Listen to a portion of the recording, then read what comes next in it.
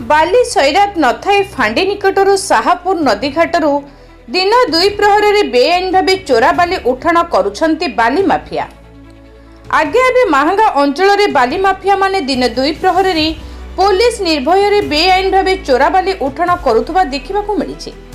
Police tractor गाड़ी चालक को देखि मध्य किछि न कही न जानिबा परि चुपचाप बसी रहितिबा देखिबाकू मिली। एभली घटना देखिबाकू मिली कुमुड़ा जयपुर फांडी निकट शाहपुर बाली घाटरे।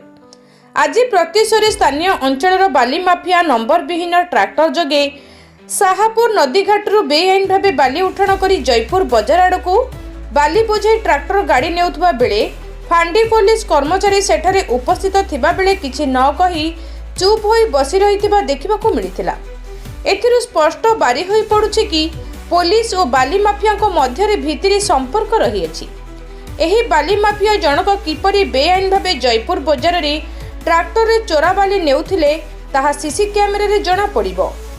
बेआईन बाली बोझेई ट्रिप पिछा 100 रु 150 टंका केउ प्रशासन नहीं पकेट गरम करुछि ताहा तदंत कले जणा पड़िबो।